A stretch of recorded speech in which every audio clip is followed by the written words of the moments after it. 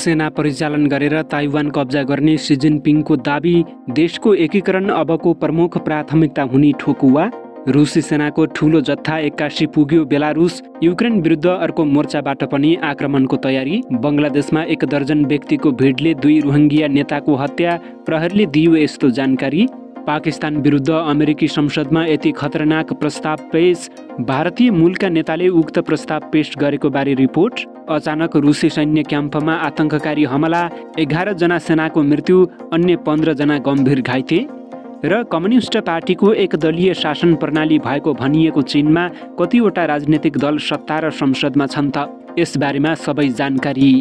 नमस्कार, ग्रेटर नेपाल टिभीले तयार पारेको न्युज अपडेटबाट यहाँलाई हार्दिक स्वागत छ। अब न्युज अपडेट विस्तारमा। चीनले ताइवानलाई आफ्नो देशमा समावेश गर्न जे पनि गर्नेछ, यसका लागि ताइवानमा आफ्नो सेना पठाउनु पर्ने भए पनि चीन त्यसबाट पछि हट्ने छैन। चिनिया राष्ट्रपति सी जिनपिङले आइतबार चिनिया कम्युनिस्ट पार्टीको बैठकमा यस्तो बताएका छन्। चिनिया कम्युनिस्ट पार्टीको 20औं राष्ट्रिय सम्मेलनको उद्घाटन सत्रलाई आइतबार सम्बोधन गर्दै राष्ट्रपति सीले भने, ताइवानको प्रश्न समाधान गर्ने विषय चीनको हो, यसलाई चीनले समाधान गर्नुपर्छ। हामी शान्तिपूर्ण एकीकरणका लागि इमान्दारिताका साथ सक्दो प्रयास जारी राख्नेछौँ, उनले थपे। तर हामी कहिले पनि शक्तिको प्रयोग गर्दैनौँ भनेर वचन पनि दिँदैनौँ। हामी आवश्यक परे सबै विकल्पहरू प्रयोग गर्न सक्छौँ। यो बाहिरी शक्तिहरू र ताइवानको स्वतन्त्रता खोज्ने केही पृथकतावादी र तिनीहरूका पृथकतावादी गतिविधिहरूको हस्तक्षेपप्रति केन्द्रित रहेको छ। यो हाम्रो ताइवानी समकक्षीप्रति लक्षित छैन। उनले इतिहासका पाइलाहरू, चीनको एकीकरण र चिनिया राष्ट्रको कायाकल्पतर्फ अघि बढिरहेको जिकिर पनि गरेका छन्। देशको पूर्ण एकीकरण हासिल गर्नुपर्छ र यो निसन्देह पुरा हुनेछ, उनले भनेका छन्। हामीले ताइवानका समकक्षीको सधैँ सम्मान र ख्याल राखेका छौँ र उनीहरूको हितको पक्षमा काम गरेका छौँ। हामी प्रायद्वीपभर आर्थिक र सांस्कृतिक आदान प्रदान र सहयोगलाई प्रवर्धन गर्न जारी राख्नेछौँ। संयुक्त सुरक्षा परिचालनमा भाग लिन रुसी सेनाको पहिलो पल्टन बेलारुस पुगेको छ। बेलारुसको रक्षा मन्त्रालयले सीमाको सुरक्षाको लागि रुसी सेना आफ्नो देशमा आएको पुष्टि गरेको छ। रक्षा मन्त्रालयले एक तस्बिर सार्वजनिक गर्दै रुसी सेनालाई राजधानी मिन्स्कमा परम्परागत शैलीमा स्वागत गरिएको उल्लेख गरेको छ। गएको सोमबार बेलारुसका नेता अलेक्जेन्डर लुकासेन्कोले युक्रेनले आफ्नो देशमा आक्रमण गर्ने योजना बनाएको दाबी गर्दै रुससँग मिलेर सीमा क्षेत्रमा संयुक्त सेना परिचालन गर्ने उल्लेख गर्नुभएको थियो। लुकासेन्कोले पोल्यान्ड, लिथुआनिया र युक्रेनले बेलारुसी कट्टरपन्थीहरूसँग मिलेर खतरा पैदा गरेको समेत उल्लेख गर्नुभएको छ। अमेरिका र युरोपेली देशले भने युक्रेनमा आक्रमण गरिरहेका रुसी सेनासँग मिलेर बेलारुसले पनि युक्रेनमा आक्रमण गर्न लागेको भन्दै कडा आपत्ति जनाएका छन्।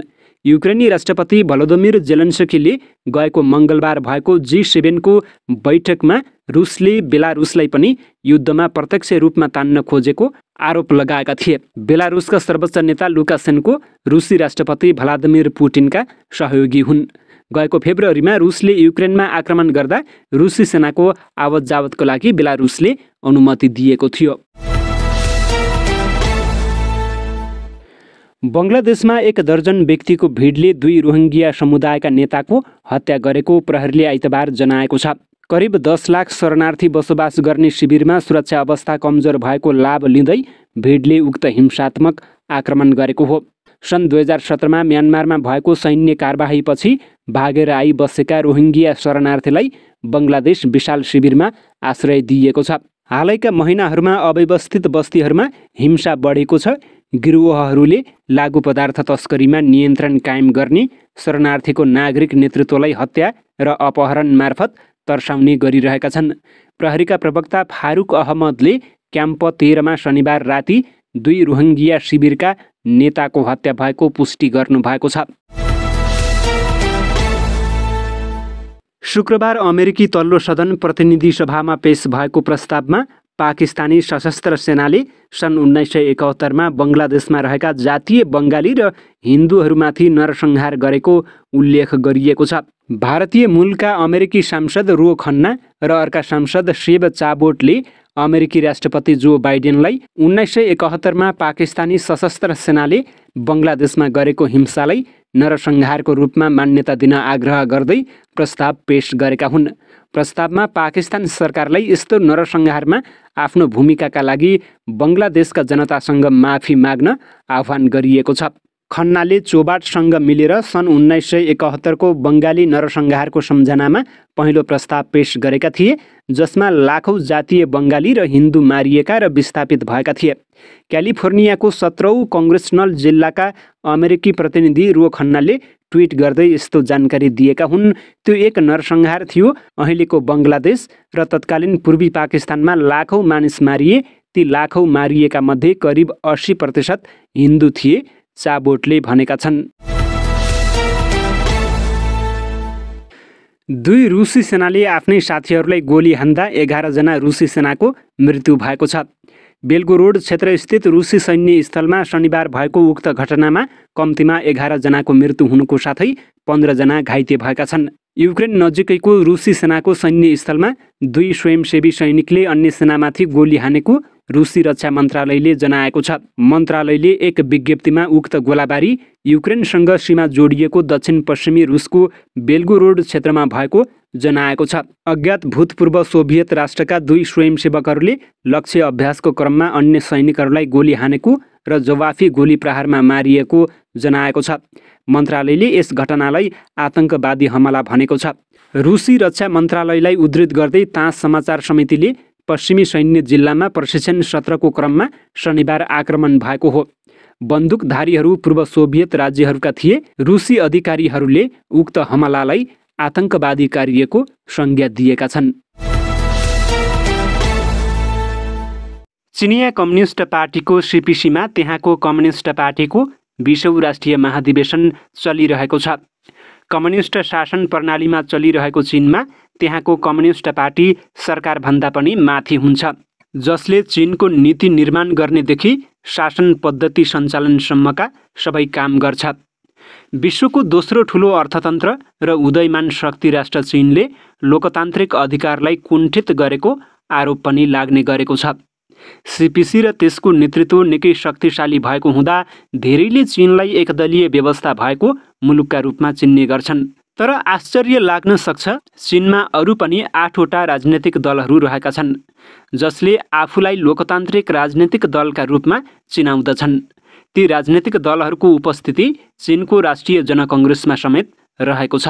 चीनको संविधानले नै सीपीसीलाई राष्ट्रको प्रमुख पार्टीका रूपमा परिभाषित गरेको छ। त्यही संविधानले अन्य 8वटै पार्टीलाई पनि मुलुकको शासन व्यवस्थामा भाग लिने अधिकार दिएको छ। तर व्यावहारिक हिसाबले भने कम्युनिस्ट पार्टीले चाहेको खण्डमा मात्र तिनीहरूले त्यो अधिकार प्राप्त गर्ने गरेका छन्। तीमध्ये सबभन्दा ठुलो पार्टी चाइना डेमोक्रेटिक लिग हो भने सबभन्दा सानो पार्टी ताइवान प्रजातान्त्रिक स्वायत्त लिग हो। चाइना डेमोक्रेटिक लिग यो पार्टी सन् 1941मा स्थापना भएको हो। शिक्षा, संस्कृति, कला र सञ्चार माध्यमसँग सम्बन्धित व्यक्तिहरू यो पार्टीमा आबद्ध रहँदै आएका छन्। हाल यो पार्टीमा चीनमा मात्रै 3,30,600 पार्टी सदस्य रहेका छन्। साथै चीनको राष्ट्रिय जनकङ्ग्रेसमा कुल 2980 सिटमा चाइना डेमोक्रेटिक लिगका 57 जना सांसद रहेका छन्। त्यस्तै राष्ट्रिय जनकङ्ग्रेसको स्थायी समितिमा 175 जना मध्ये यो पार्टीका 9 जना रहेका छन्। चाइना राष्ट्रिय प्रजातान्त्रिक निर्माण सङ्घ सन् 1945मा स्थापना भएको यो पार्टीमा व्यापारी र उद्यमीहरू आबद्ध रहेका छन्।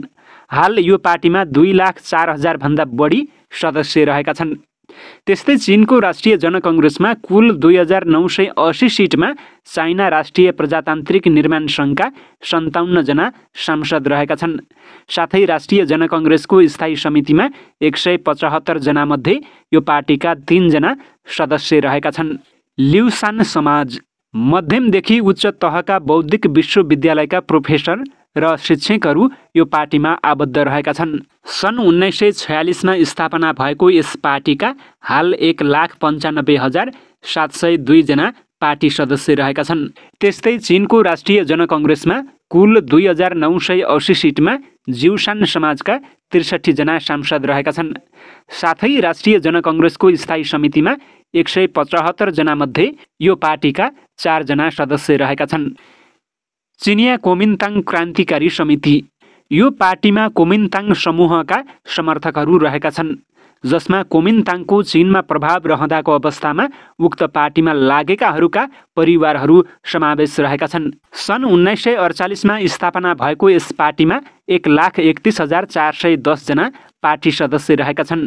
त्यस्तै चीनको राष्ट्रिय जनकङ्ग्रेसमा कुल 2,980 सिटमा चिनिया कोमिन्ताङ क्रान्तिकारी समितिका 44 जना सांसद रहेका छन्। साथै राष्ट्रिय जनकङ्ग्रेसको स्थायी समितिमा 175 जना मध्ये यो पार्टीका 6 जना सदस्य रहेका छन्। चिनिया किसान मजदुर प्रजातान्त्रिक पार्टी, यसमा पनि मध्यमदेखि उच्च तहका बौद्धिकहरूको वर्चस्व रहेको छ।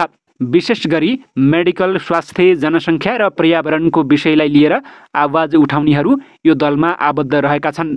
सन् 1930मा स्थापना भएको यस पार्टीका हाल 1,77,943 जना पार्टी सदस्यहरू रहेका छन्। त्यस्तै चीनको राष्ट्रिय जनकङ्ग्रेसमा कुल 2,980 सिटमा चिनिया किसान मजदुर प्रजातान्त्रिक पार्टीका 54 जना सांसद रहेका छन्।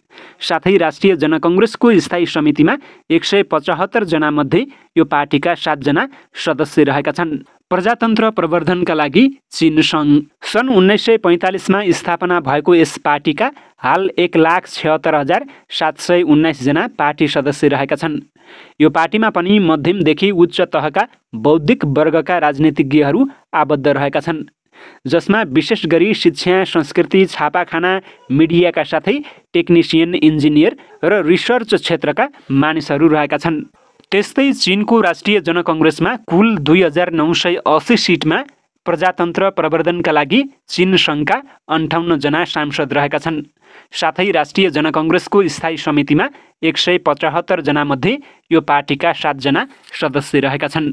चाइना चिगोङ दल, यो पार्टी सन् 1925मा स्थापना भएको हो, जसमा 48,000 पार्टी सदस्य रहेका छन्।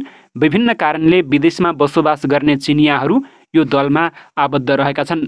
त्यस्तै चीनको राष्ट्रिय जनकङ्ग्रेसमा कुल 2,980 सिटमा चाइना चिगोङ दलका 58 जना सांसद रहेका छन्।